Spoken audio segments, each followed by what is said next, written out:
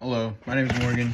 This is gonna be my attempt at a how-to video on the Miata. I've done like hella things, like coilovers, alternator, VVT head swap, all stuff like that, and I've really never made a video.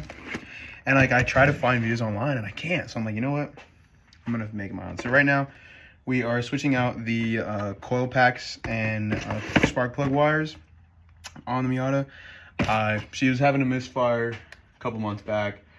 Switched out the spark plugs, you know, just going through everything that really caused the misfire. Had a vacuum leak, fixed that. Spark plugs are brand new, but she's still running a little rough on idle. So this is like the last thing we can kind of check other than compression. And if compression's gone, then that's a whole rebuild. But right now, yeah, we got all the NGK set up. I like to keep everything kind of on like same brand as I run through everything out. It's just easier to keep up with it. But yeah, so the first thing we got here is the coil packs. So the coil packs for these, this is kind of going to be weird, but I actually have a 99 Miata. And like I said earlier, there is a VVT head swap on it. So this is this solenoid here. And it's almost like it's kind of bolt on. I mean, really not much else to do with it. I use the new head gasket because that's what it really calls for. So if you do have a Miata and you have the VVT swap, you need to make sure you buy NB2. So the 99 to 2000 is NB1. If you have the VVT head swap, that is from an 01 and above or 02 and above, and you'll need the correct year coil packs for that. I almost bought the 99 because I forgot I did a swap. So yeah, we'll get into that right now. So continue on from the first video. You missed it, but I did an unboxing. We're taking off just one of the coil packs at a time. It's only two 10 mil bolts on either side, one here and here. There is this clip that clips on in here. Be careful not to break it. It's very flimsy. This pulls out here. It's just one of the spark plug wires. It's the shorter one, and there's a longer one that's attached to the other one. You can stop it. All right, so both of the bolts are out, and now Okay, so what we're using here is we're using some dielectric grease that can also be known as a boot release. Okay, a spark plug boot release. And what you do is you just put a little dab right on the inside. Okay, that's enough. And then you'll put it also on the matching wire that goes into it. So then you just put it right in, and before you set it down, you'll spin it a little bit so that that grease gets around just a little bit. There we go. You'll put that in. Okay.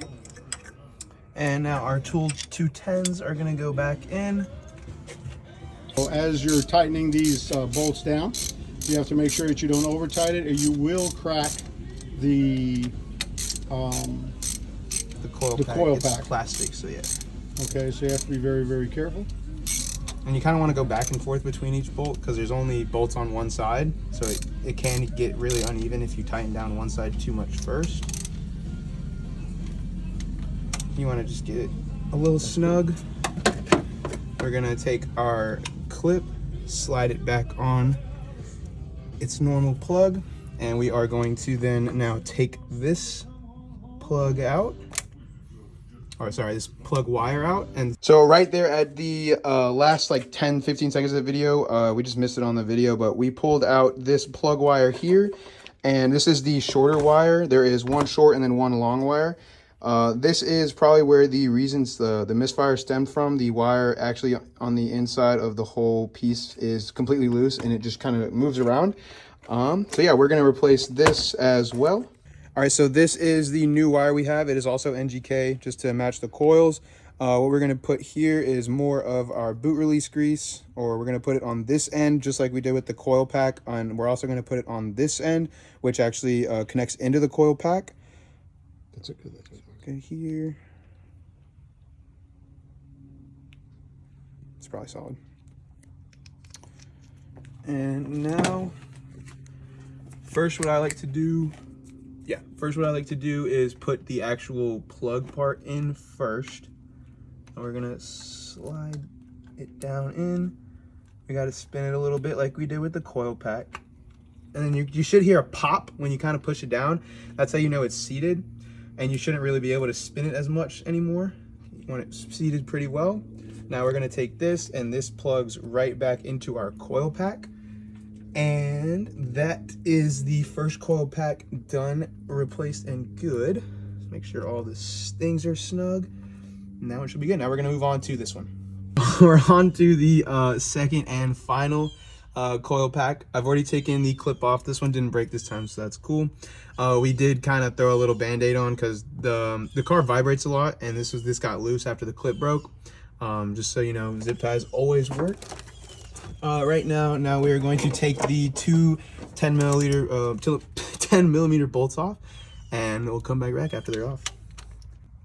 Go. So now we're taking the whole coil pack out. So this spark plug wire is going to come out from our first cylinder, and then it connects into the back end of this coil pack. She's definitely on there.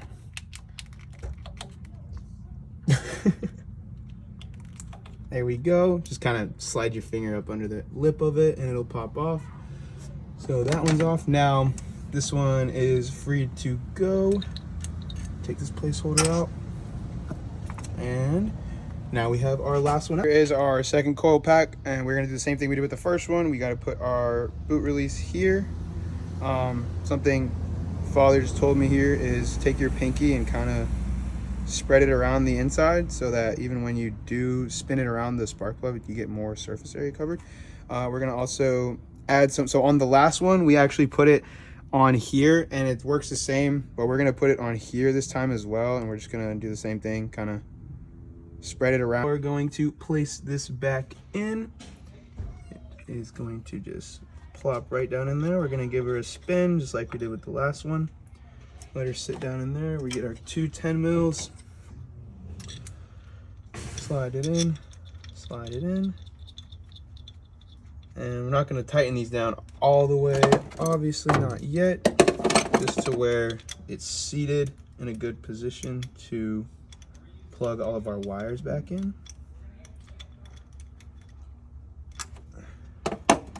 So we have our last and final spark plug wire. We are going to put more of our boot release grease. You're not recording already. We're gonna put more of our boot release grease on the end here. Give it a little swipe around with the pinky. And so this one is going to go into our first cylinder. Slide her down in there, give her a spin. And then you hear that pop again, it'll set in. There are these little tracks on each of the coils that you will use in order to keep the spark plug wire kind of away from the heat of your manifold here. She's having a little trouble going on. Pause video. Okay, go ahead. So, as seen in the last video, we were having a little bit of trouble getting this boot onto the actual coil pack. I doubt it's a problem with everyone. We probably just had a little bit of a defective one.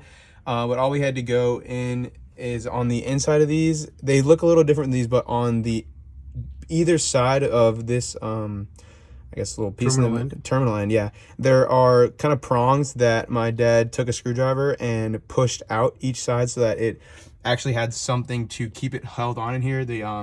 It's almost like it was too skinny and it kept popping back off, but now it is set and good to go. We have routed our spark plug wire into the teeth that are on each of the coil packs just to keep it away from the valve cover. And the spark plug wire is going to go into your first cylinder. And that is it for that. We're gonna fire up. Hopefully she's a little better. Now we're gonna go ahead and try and start up the vehicle. First, we're gonna check that everything is cleared off, everything's out of the way. We don't wanna break anything else by leaving tools in here. Just making sure that everything is seated correctly as well as plugged into the right ones. And you won't mess it up if you only do one at a time. It's impossible to mess up plugging into the wrong one, so see if she starts. Not if, she will start, but when she starts.